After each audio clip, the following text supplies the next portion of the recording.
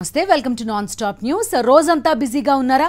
News updates miss అయ్యారా? Don't worry, breaks లేకుండా bore కొట్టకుండా నాన్ స్టాప్ న్యూస్ ప్రతిరోజు రాత్రి 9 గంటలకు నేను హిమబిందు.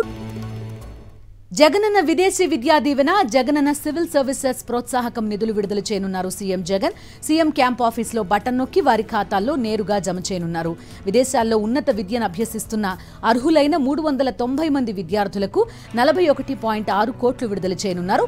సివిల్ సర్వీసెస్ ప్రిలిమినరీ పరీక్షల్లో ఉత్తీర్ణత సాధించిన 95 మంది, వారిలో తిరిగి మెయిన్స్లో ఉత్తీర్ణత సాధించిన 11 మంది అభ్యర్థులకు ప్రోత్సాహకంగా 42.6 కోట్లు విడుదల చేయనున్నారు. AP CM YS Jaganmohan Reddy ఎల్లుండి అల్లూరి సీతారామరాజు జిల్లా చింతపల్లిలో పర్యటించనున్నారు. 8వ తరగతి విద్యార్థులకు ఉచితంగా ట్యాబ్లు అందజేసే కార్యక్రమాన్ని సీఎం జగన్ ప్రారంభించనున్నారు. గురువారం ఉదయం 8:30 గంటలకు తాడేపల్లి నివాసం నుంచి బయలుదేరి తొలుత విశాఖపట్నం ఎయిర్పోర్ట్ వెళ్తారు. అక్కడి నుంచి ప్రత్యేక హెలికాప్టర్లో చింతపల్లి మండలం చౌడుపల్లి హెలిప్యాడ్ వద్దకు చేరుకుంటారు. తర్వాత రోడ్డు మార్గంలో చింతపల్లి చేరుకుని గిరిజన సంక్షేమ శాఖ బాలుర ఆశ్రమ పాఠశాల విద్యార్థులతో ముచ్చటించనున్నారు. అనంతరం విద్యార్థులకు ట్యాబ్లు అందజేయనున్నారు. ఆ తర్వాత అక్కడి నుంచి బయలుదేరి ప్రభుత్వ డిగ్రీ కళాశాల మైదానంలో ఏర్పాటు చేసిన బహిరంగ సభలో పాల్గొని ప్రసంగిస్తారు. ఆ కార్యక్రమం అనంతరం తిరిగి తాడేపల్లి పయనమవుతారు.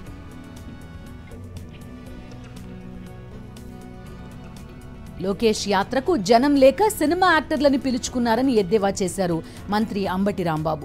లోకేష్ యాత్ర నవరస హాస్యభరిత చిత్రమన్నారు. అసమర్థుడైన కుమారుణ్ణి సమర్థుణ్ణి చేయడానికి చంద్రబాబు శతవిధాల ప్రయత్నిస్తున్నారన్నారు. అందుకే దత్తపుత్రుడి ఇంటికి చంద్రబాబు వెళ్లి సీట్లు నోట్ల గురించి మాట్లాడుకున్నారని తెలిపారు. పవన్ కళ్యాణ్ గారికి నోట్లు సీట్లు రెండు కావాలి, రెండు మాట్లాడుకున్నారు. అప్పుడు అన్నాయన అన్నాడు. ఇప్పుడు ఒకసారి అన్నాడు, ఇప్పుడు అన్నాడు. రేపు వెళ్తున్నాడంట అక్కడికి. చంద్రబాబు నాయుడు గారి ఆహ్వానం మేరకు కిరాయి తీసుకొని యాంకరింగ్కు వెళ్లే స్థాయికి దిగజారిపోయినటువంటి జనసేన అధ్యక్షుడు పవన్ కళ్యాణ్ గారు గుర్తించమని మనం చేస్తున్నాం. ఒక అసమర్థుడైన కుమారుణ్ణి కనకపు సింహాసనమును ఎక్కించాలని ఒక శునకాన్ని ప్రయత్నం చేసే విధంగా తండ్రి ప్రయత్నం చేస్తుంటే, ఆ ప్రయత్నాన్ని ఈ శునకాన్ని కనకపు సింహాసనమును ఎక్కించేందుకు మన ప్రబుద్ధుడు జనసేన పార్టీ అధ్యక్షుడు వెళుతున్నాడయ్యా. మీ స్థాయి అది. నారా లోకేష్ పాదయాత్ర పాతకాలంలోని సామెత సింగడు ఊరెళ్లాడు వచ్చాడు అన్నట్టుందన్నారు వైఎస్ఆర్సీపీ అధికార ప్రతినిధి కారుమూరి వెంకట్రామిరెడ్డి. నారా లోకేష్ పాదయాత్ర ఎందుకు చేశారో ప్రజలకు అర్థం కావడం లేదన్నారు. లోకేష్ పాదయాత్రతో టీడీపీకి వనగూరేదేం లేదని విమర్శించారు. పాతకాలంలో సామెత గుర్తొస్తూ ఉంటుంది మనకి. ఏదైతే సెంగడు అద్దంకి వెళ్ళాడు అని. సెంగడు అద్దంకి పోను పోయాడంట, రాను వచ్చాడంట. ఎందుకు వెళ్ళావురా నువ్వు అద్దంకంటే, ఎందుకు వెళ్ళావు, ఎందుకు వచ్చావంటే వెళ్ళాను వచ్చానన్నాడంట.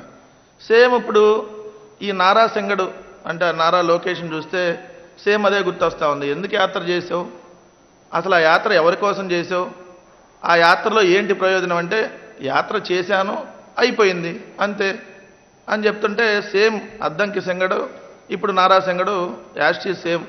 ఇద్దరు చూస్తే అలానే కనపడతా ఉంది. ఏపీ ప్రభుత్వం పరిమితికి మించి అప్పులు చేస్తోందంటూ టీడీపీ ఎల్లో మీడియా చేస్తున్న విష ప్రచారంపై మండిపడ్డారు సీఎం ప్రత్యేక కార్యదర్శి దువ్వూరి కృష్ణ. ఏపీ ఆర్థిక పరిస్థితిపై ప్రతిపక్షాలు అసత్య ప్రచారం చేస్తూ ప్రజలను మోసగించాలని చూస్తున్నాయని తెలిపారు. రిజర్వ్ బ్యాంక్ ఆఫ్ ఇండియా నిబంధనలకు లోబడే అప్పులు చేయడానికి కేంద్రం అంగీకరిస్తుందని స్పష్టం చేశారు ఆయన. ఆర్టికల్ 293 కింద కేంద్ర ప్రభుత్వం విధించినటువంటి పరిమితులకు లోబడే ఏ రాష్ట్రాన్ని అప్పు చేయగలుగుతుంది. అండ్ కేంద్ర ప్రభుత్వం పరిమితుల్లోకి లోబడి అప్పు చేస్తేనే ఆర్బీఐ కూడా బాండ్స్ ఇష్యూ చేయడానికి పర్మిట్ చేస్తుంది తప్ప ఒక అధికారం లేకుండా ఒక అనధికారికంగా అప్పు చేయడం అనేటువంటిది అసలు ఒక it is something which is an impossibility. అనధికారికంగా అప్పు ఈరోజు జరిగిపోయింది. అనధికారికంగా అప్పు జరిగేటువంటి అవకాశం అనేటువంటిది లేదు. ఇప్పుడు ఎందుకంటే ఇప్పుడు చట్టానికి లోబడి ప్రభుత్వం పూచీకత్తిస్తేనే బ్యాంక్స్ రుణాలు ఇస్తాయి. బ్యాంక్ నుంచి తీసుకునేటువంటి సంస్థలు కనుక రుణాలు తీసుకుంటే చట్టానికి లోబడి ఆ లెవెల్లో వాళ్ళు ఇవ్వాల్సినటువంటి తీసుకోవాల్సినటువంటి నిబంధనలన్నీ పాటిస్తేనే బ్యాంకులు కూడా అప్పులు ఇస్తాయి. బికాస్ బ్యాంక్స్ కూడా they are also answerable. Andhra Pradesh వ్యాప్తంగా ఆరోగ్యశ్రీ కార్డుల పంపిణీ జోరుగా సాగుతోంది. ఆరోగ్యశ్రీ కార్డు పరిమితి 25 లక్షలకు పెంచుతూ ప్రభుత్వం నిర్ణయం తీసుకోగా ఆయా నియోజకవర్గాల్లో మంత్రులు, ఎమ్మెల్యేలు, ప్రజాప్రతినిధులు లబ్ధిదారులకు కార్డులు పంపిణీ చేపట్టారు. ఆరోగ్యశ్రీలో టీడీపీ హయాంలో అరకొరగా 1059 ప్రొసీజర్లు ఉండగా ఇప్పుడు 3257 ప్రొసీజర్లతో విస్తరించిన ప్రయోజనాలతో కలిగిన కార్డులపై అవగాహన కలిగిస్తున్నారు. ఆరోగ్యశ్రీలో ఉచిత వైద్య సేవలు ఎలా పొందాలో వివరిస్తున్నారు. ఎల్లో మీడియా ప్రతిపక్షాలపై మంత్రి రోజా తీవ్రస్థాయిలో ఫైర్ అయ్యారు. వచ్చే అసెంబ్లీ ఎన్నికల్లో తనకు టికెట్ రాదని అసత్య ప్రచారం చేస్తూ కొంతమంది సునకానందం పొందుతున్నారని మండిపడ్డారు. టికెట్ రాకపోయినా తాను సీఎం జగన్ వెంటే ఉంటానని స్పష్టం చేశారు.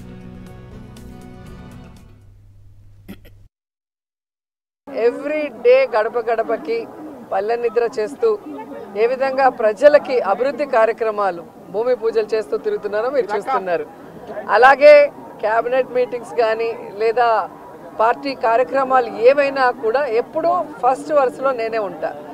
అండ్ ఈరోజు పచ్చ ఛానళ్ళు తెలుసుకోవాల్సింది ఒక్కటే, వాళ్ళు ఎంత దిగజారిపోయారంటే వాళ్ళకి 175 కాన్స్టిట్యున్సీలో క్యాండిడేట్లు పెట్టడానికి క్యాండిడేట్లు లేక వైఎస్ఆర్సీపీలో ఎవరైనా గొడవ పడితే బాగుంటుంది, ఎవరికైనా సీట్ ఇవ్వకపోతే బాగుంటుంది, మన పార్టీకి వస్తే వాళ్ళకి ఇద్దామని గోతికాడ గుంట నక్కల్లాగా ఎదురు చూస్తున్నారు.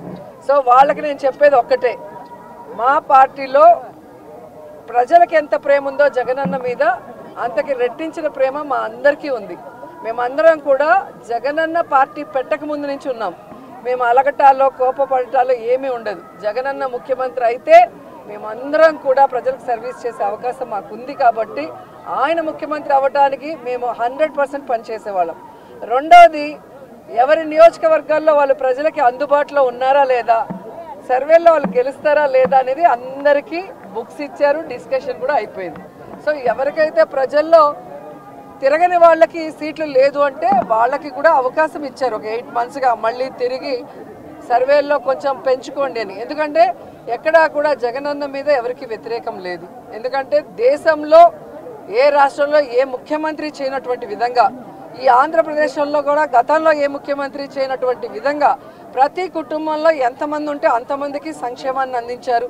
ప్రతి గ్రామ వార్డులకి ఈరోజు అభివృద్ధిని అందించారు. అలాగే వారికి ఆరోగ్యాన్ని అందిస్తున్నారు, వారి బిడ్డలకి ఈరోజు విద్యను అందిస్తున్నారు, ప్రతి ఒక్కరికి గౌరవంగా ఇళ్ల పట్టాలు ఇచ్చి ఇల్లు ఇస్తున్నారు. ఇంతకన్నా ఏ ముఖ్యమంత్రి దగ్గర ఎవరేం కోరుకుంటారు? ఇక్కడ ఎమ్మెల్యేలు కానీ మంత్రులు కానీ ఒకవేళ ప్రజలకు అందుబాటులో లేక సీటు లేకపోయినా ఆల్టర్నేటివ్ వాళ్ళకి జగన్మోహన్ రెడ్డి గారు ఏం చేయబోతున్నారో కూడా చెప్తున్నారు. కాబట్టి అందుకే ఎక్కడ గొడవలు లేవు, కోపతాపాలు లేవు. అండ్ నా విషయానికి వస్తే, నగిరిలో రోజాకి సీటు లేదు అంటే ఆంధ్రజ్యోతి రాధాకృష్ణన్ నుంచి ఉంటాడా లేదా రామోజీ నుంచి ఉంటాడా? ఆన్సర్ చెప్పాలి. ఈరోజు చంద్రబాబు నాయుడుకి ఒక చోట నించుండే దానికి దమ్ము లేదు, పవన్ కళ్యాణ్కి ఒక చోట నించునే దానికి దమ్ము లేదు. అందుకే రాబోయే ఎన్నికల్లో 2 చోట్ల నించుంటామని చెప్పి సర్వేలు చేయించుకుంటున్నారు. మేము మా ప్రజలకి అందుబాటులో ఉన్నాం కాబట్టే ఈరోజు 2 సార్లు ఎమ్మెల్యేలైనాం, మంత్రులయ్యాం. సో ఖచ్చితంగా 2024 175కి 175 కొట్టబోతున్నాం. మేమందరం కూడా గెలవబోతున్నాం. మళ్ళీ ప్రజల ఆశీస్సులతో ప్రజలకి సర్వీస్ కూడా చేయబోతున్నాం అనేది పచ్చపత్రికలు తెలుసుకోవాలి. ఎవరికి ఇచ్చినా నాకు ఇబ్బంది లేదు. నేనైతే జగనన్న సైనికురాల్ని, జగనన్న కోసం నా ప్రాణమైనా ఇస్తాను. అనేక సందర్భాల్లో చెప్పని రాసి పెట్టుకోండి. అండ్ ఎవరైతే సునకానందం పొందాలనుకుంటున్నారో రోజాకి సీటు లేదు అని ఒక స్టోరీ లేసి, అది మీకు కొన్ని రోజులకి మాత్రమే సునకానందం. మా కార్యకర్తలకో నాయకులకో ఎవరికి కూడా బాధ లేదు. ఎందుకంటే వాళ్ళకి నిజం తెలుసు నాకు సీటు ఉందని. ఒకవేళ సీటు లేదని మీరు ఆనందపడినా కూడా నాకు ఇబ్బంది లేదు. తిరుమల శ్రీవారిని ఏపీ గవర్నర్ అబ్దుల్ నజీర్ దర్శించుకున్నారు. ఉదయం వీఐపీ దర్శన సమయంలో స్వామివారిని దర్శించుకుని మొక్కులు చెల్లించుకున్నారు. దర్శనానంతరం వేద పండితులు ఆశీర్వదించి స్వామివారి పట్టు వస్త్రంతో సత్కరించారు. ఆలయ అధికారులు తీర్థ ప్రసాదాలు అందజేశారు. అనంతరం స్వామివారి చిత్రపటాన్ని గవర్నర్కు అందించారు టీటీడీ అధికారులు.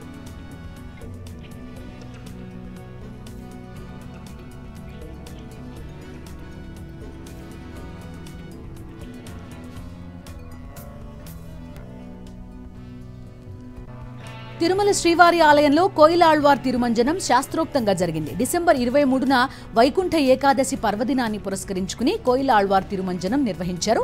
గర్భాలయం నుండి మహాద్వారం వరకు ఆలయ శుద్ధి కార్యక్రమం నిర్వహించారు అర్చకులు. ఆలయంలోని ఆనంద నిలయం మొదలుకుని బంగారు వాకిలి వరకు, శ్రీవారి ఆలయం లోపల ఉప దేవాలయాలు, ఆలయ ప్రాంగణం, గోడలు, పైకొప్పు, పూజా సామగ్రి తదితర అన్ని వస్తువులను నీటితో శుభ్రం చేశారు. శుద్ధి అనంతరం సుగంధ ద్రవ్యాలు కలగలిపిన పవిత్ర పరిమళ జలాన్ని ఆలయం అంతటా సంప్రోక్షణ చేశారు. అనంతరం స్వామివారి మూల విరాట్టుకు కప్పిన వస్త్రాన్ని తొలగించి ప్రత్యేక పూజ, నైవేద్య కార్యక్రమాలను అర్చకులు శాస్త్రోక్తంగా నిర్వహించారు.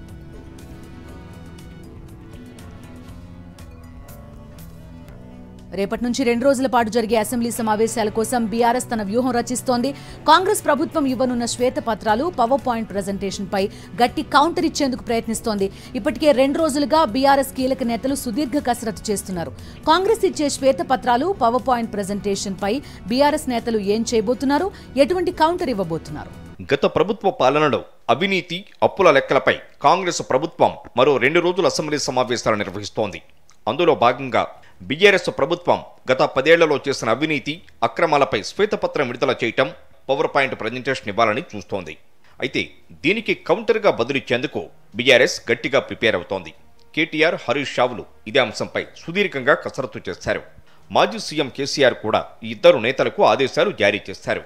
కాంగ్రెస్ ప్రభుత్వం ఇచ్చే ప్రతి అంశాన్ని ధీటుగా ఎదుర్కోవాలని సూచించారు. సాగునీరు, ఆర్థిక, విద్యుత్తు శాఖలపై కాంగ్రెస్ ప్రభుత్వం పవర్ పాయింట్ ప్రజెంటేషన్తో పాటు శ్వేతపత్రాలు విడుదల చేయనున్నట్టు గ్రహించిన బీఆర్ఎస్ అందుకు సంబంధించిన రిపోర్ట్స్ తయారు చేసుకుంది. ఖచ్చితంగా కాంగ్రెస్ ప్రభుత్వం అప్పుల విషయాన్ని తీసుకొస్తే గత 10 ఏళ్లలో పెరిగిన ఆస్తుల విషయాలను కూడా చెప్పాలని కేసీఆర్, కేటీఆర్, హరీష్ రావులకు ఆదేశాలిచ్చారు. మరీ ముఖ్యంగా సాగునీరు, ఆర్థిక, విద్యుత్తు శాఖల్లో తీసుకొచ్చిన సంస్కరణలపై పూర్తి వివరాలను అసెంబ్లీలో చెప్పేందుకు తమకు కూడా అవకాశం ఇవ్వాలని అసెంబ్లీ స్పీకర్ గడ్డం ప్రసాద్కు వినతి పత్రాన్ని అందజేసింది బీఆర్ఎస్. ఇదే కాకుండా 6 గ్యారంటీలను కూడా ఖచ్చితంగా అమలు చేసేందుకు బీఆర్ఎస్ ఒత్తిడి తెచ్చేందుకు ప్రయత్నాలు ముమ్మరం చేస్తోంది. ఏదేమైనా బుధవారం జరగబోయే అసెంబ్లీ సమావేశాలు వాడి వేడిగా సాగనున్నాయి. అధికార ప్రతిపక్షాల మధ్య మాటల తూటాలు పేలే అవకాశం ఉంది. తెలంగాణలో పలువురు ఐపీఎస్లను బదిలీ చేశారు. డీజీపీగా రవి గుప్తాకు కొనసాగింపునిచ్చారు. రోడ్ సేఫ్టీ డీజీగా అంజనీ కుమార్ను, ఏసీబీ డీజీగా సివి ఆనంద్ను నియమించారు. విజిలెన్స్ అండ్ ఎన్ఫోర్స్మెంట్ డీజీగా రాజీవ్ రతన్ను, జైళ్ల శాఖ డీజీగా సౌమ్య మిశ్రాను బదిలీ చేశారు. తెలంగాణ రాష్ట్ర పోలీస్ అకాడమీ డైరెక్టర్గా అభిలాష్ బిస్త్ని బదిలీ చేశారు. సిఐడి చీఫ్గా శిఖా గోయల్ను, ప్రొహిబిషన్ అండ్ ఎక్సైజ్ డైరెక్టర్గా కమలాసన్ రెడ్డిని బదిలీ చేశారు.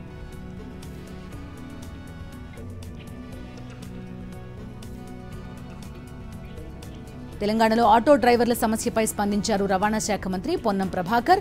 ఆటో డ్రైవర్ల సమస్య ప్రభుత్వం దృష్టిలో ఉందని, అందరికీ మంచి జరిగేలా నిర్ణయం తీసుకుంటామన్నారు.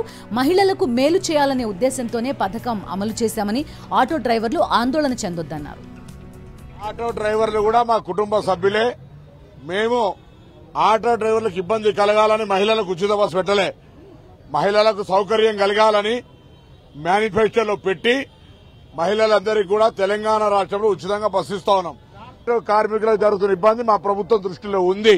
వాటిని పరిష్కరించే విధంగా ప్రభుత్వం ఒక సిద్ధాంతపరమైనటువంటి వాళ్ళకు న్యాయం జరిగే విధంగా, వాళ్ళకు నష్టం జరగకుండా, వాళ్ళకు లాభం జరిగే విధంగా త్వరలో ఒక నిర్ణయం తీసుకుంటాం. అప్పటిదాకా ఒప్పుకుంటాం.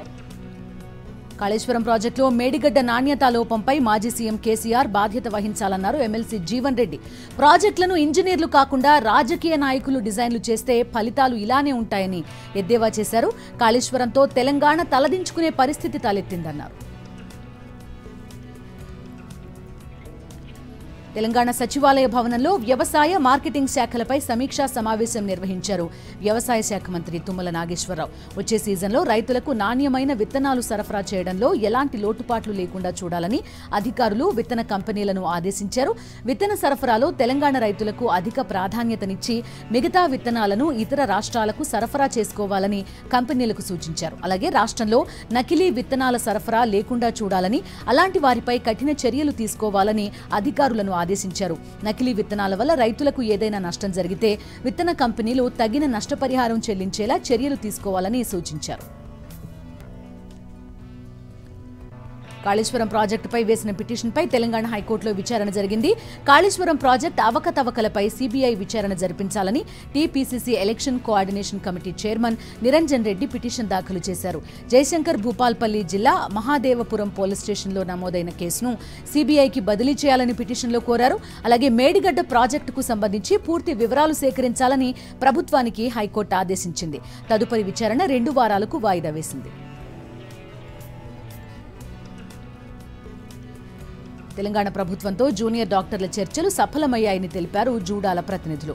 గత 3 నెలలుగా స్టైఫండ్ రావడం లేదని సమ్మె చేపట్టాలని భావించిన జూడాలు ప్రభుత్వం నుంచి పిలుపు రావడంతో వైద్య ఆరోగ్య శాఖ మంత్రి దామోదర రాజనరసింహతో భేటీ అయ్యారు. మంత్రితో సుదీర్ఘంగా చర్చలు జరిపిన జూనియర్ డాక్టర్లు ప్రతి నెల 15 లోపు స్టైఫండ్ ఇచ్చేలా మంత్రి హామీ ఇచ్చారని తెలిపారు. పెండింగ్ స్టైఫండ్ క్లియర్ చేస్తామని హామీ ఇచ్చినట్టు స్పష్టం చేశారు.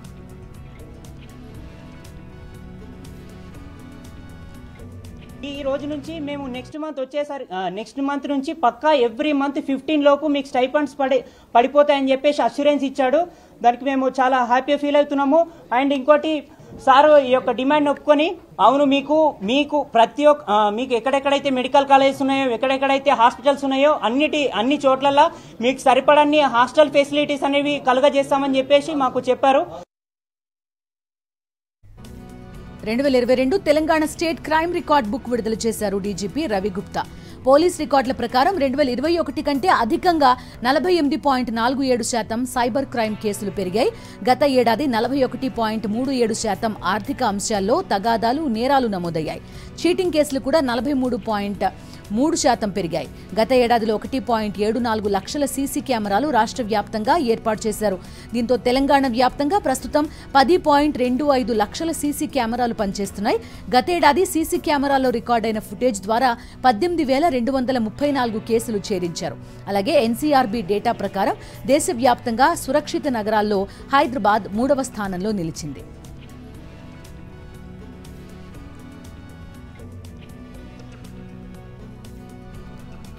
కామారెడ్డి జిల్లాలో కలకలం రేపిన వరుస హత్యలు ఆస్తి కోణంలోనే జరిగాయన్నారు ఎస్పీ సింధు శర్మ.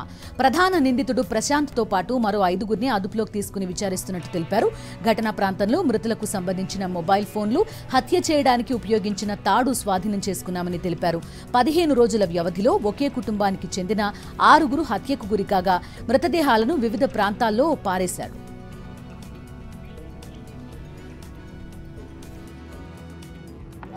పర్సన్స్ దగ్గర దొరకడం జరిగింది.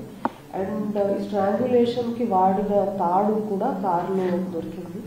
అండ్ 2 పెట్రోల్ బాటిల్స్, ఒక బంగారు పుస్తే, ఒక పార, గడ్డపార అండ్ ఒక రోల్డ్ గోల్డ్ నల్ల పూసిన దండ కూడా మనం రికవర్ చేయడం జరిగింది. ఇంకా ఫర్దర్ క్లూస్ అన్ని, దిస్ ఈజ్ ప్రిలిమినరీ ఇన్వెస్టిగేషన్. మనం వాళ్ళ కన్ఫెషన్ ఆధారంగా అండ్ మన ఇన్వెస్టిగేషన్ ఆధారంగా ఇప్పటిదాకా మనకి తెలిసిన విషయాలు ఇవి. డిసెంబర్ 31లోగా సీట్ల సర్దుబాటు పూర్తి చేసి 2024 జనవరి నుంచి ప్రచారం ప్రారంభించాలని నిర్ణయించారు విపక్ష కూటమి పార్టీలు. ఉమ్మడి ప్రచార వ్యూహాలను ఖరారు చేశాయి. ఇండియా కూటమి 4వ సమావేశం ఢిల్లీలో జరిగింది. ప్రజాస్వామ్యాన్ని పరిరక్షించేందుకు కలిసికట్టుగా ముందుకెళ్లి బీజేపీని ఓడించాలని తీర్మానించాయి. ఉమ్మడి ర్యాలీలు నిర్వహిస్తామని తెలిపారు ఏఐసీసీ చీఫ్ ఖర్గే.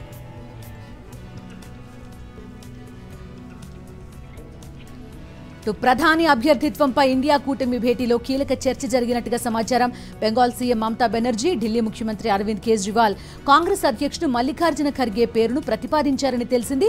దళిత నేత ఖర్గేను కూటమి ప్రధానమంత్రి అభ్యర్థిగా ప్రకటించి ప్రజల్లోకి వెళ్దామని సూచించారట ఇద్దరు నేతలు. బీజేపీ ప్రధాని మోదీ పేరుతో ఎన్నికలకు వెళ్తుంటే విపక్షం లీడర్ లేని కూటమిగా కనిపించకూడదని స్పష్టం చేశారట.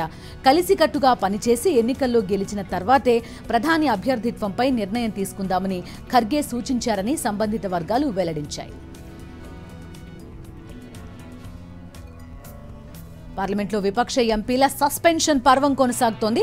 లోక్సభ నుంచి మరో 50 మంది ప్రతిపక్ష సభ్యులు సస్పెండ్ అయ్యారు.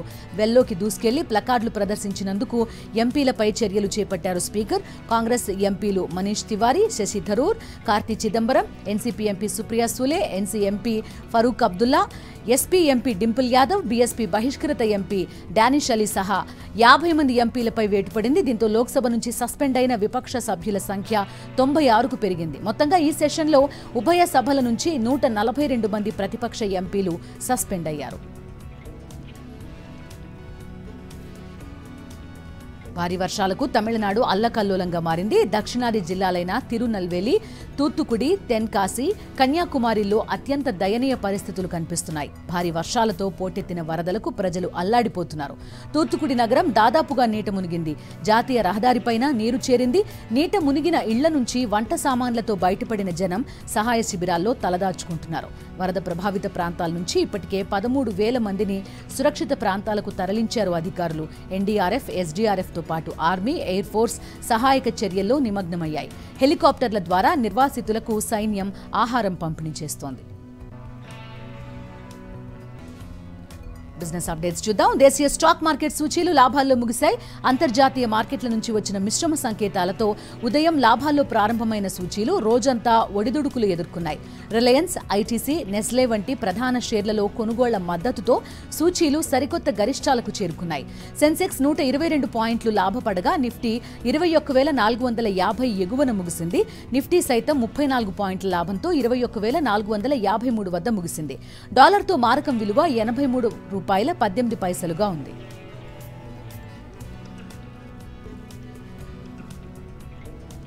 స్పోర్ట్స్ డీటెయిల్స్ లోకి వెళ్దాం. ఐపీఎల్ వేలం చరిత్రలో సరికొత్త రికార్డులు నమోదయ్యాయి. మినీ వేలంలో ఆసీస్ క్రికెటర్లు మిషెల్ స్టార్క్, కమిన్స్ రికార్డు ధరకు అమ్ముడయ్యారు. మొదట కమిన్స్ 20.5 కోట్లకు అమ్ముడైతే కాసేపటికే మిషెల్ స్టార్క్ దాన్ని బ్రేక్ చేశాడు.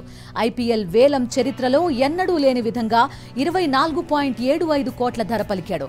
కోల్కతా ఈ ఆసీస్ పేసర్ని దక్కించుకుంది. సన్ రైజర్స్ హైదరాబాద్ కమిన్స్ ని 20.5 కోట్లకు కొనుగోలు చేసింది. గతంలో ఇంగ్లాండ్ ప్లేయర్ శామ్ కరన్ 18.5 కోట్లకు అమ్ముడవడమే ఇప్పటి వరకు రికార్డుగా ఉంది. తాజాగా కమిన్స్ దాన్ని బ్రేక్ చేశాడు. ఇదిలా ఉంటే ఎప్పట్లానే విదేశీ ఆటగాళ్లపై ఫ్రాంచైజీలు కాసుల వర్షం కురిపించాయి.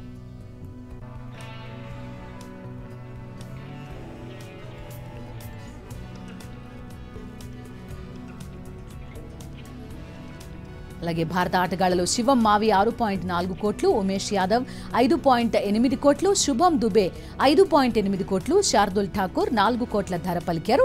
అయితే యువ ఆటగాళ్లలో యూపీకి చెందిన సమీర్ రిజ్వీ జాక్పాట్ కొట్టాడు. T20లో దుమ్మురేపుతున్న రిజ్వీ 20 కోట్ల బేస్ ప్రైస్తో ఎంట్రీ ఇవ్వగా ఏకంగా 8.4 కోట్లకు చెన్నై దక్కించుకుంది. స్మిత్, ఫెర్గ్యూసన్, మనీష్ పాండే, కరణ్ నాయర్, ఆదిల్ రషీద్, ముజీబుర్ రెహమాన్ వంటి ప్లేయర్స్ కి నిరాశ మిగిలింది. ప్రస్తుత ఫామ్, బడ్జెట్ చూసుకున్న ఫ్రాంచైజీలు వీరిపై ఆసక్తి చూపలేదు.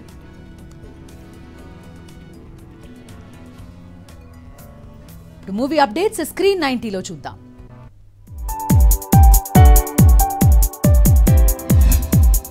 తరుణ్ భాస్కర్ స్వీయ దర్శకత్వంలో రూపొందిన కీడాకోలా రీసెంట్ గా థియేటర్లలోకి వచ్చింది. డిసెంబర్ 29న ఈ మూవీ ఓటీటీలో స్ట్రీమింగ్ కు రాబోతోంది. సలార్ మూవీ యుఎస్ లో బుకింగ్స్ కు మంచి రెస్పాన్స్ వస్తోంది. ఇక ఈ మూవీ డిసెంబర్ 22న రిలీజ్ కాబోతోంది. తేజ సజ్జా హీరోగా నటించిన హనుమాన్ మూవీ ట్రైలర్ లేటెస్ట్ గా విడుదలైంది. ఇక ఈ మూవీ సంక్రాంతికి రిలీజ్ కాబోతోంది. సుహాన్ వరుస సినిమాలతో బిజీగా ఉన్నాడు. లేటెస్ట్ గా ఈయన నటించే కొత్త సినిమా ప్రారంభమైంది. ఎన్టీఆర్ దేవర మూవీ 2 భాగాలుగా రూపొందుతోంది.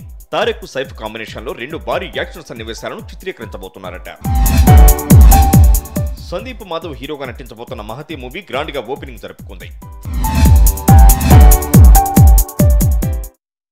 రోజంతా బిజీగా ఉంటున్నారా? మీ చుట్టూ ఏం జరుగుతుందో తెలుసుకోలేకపోతున్నారా? Don't worry. రోజు రాత్రి 9 గంటలకు రెడీగా ఉండండి. సాక్షి టీవీ మీకు నాన్ స్టాప్ న్యూస్ అందిస్తుంది. ఇవి నాన్ స్టాప్ అప్డేట్స్.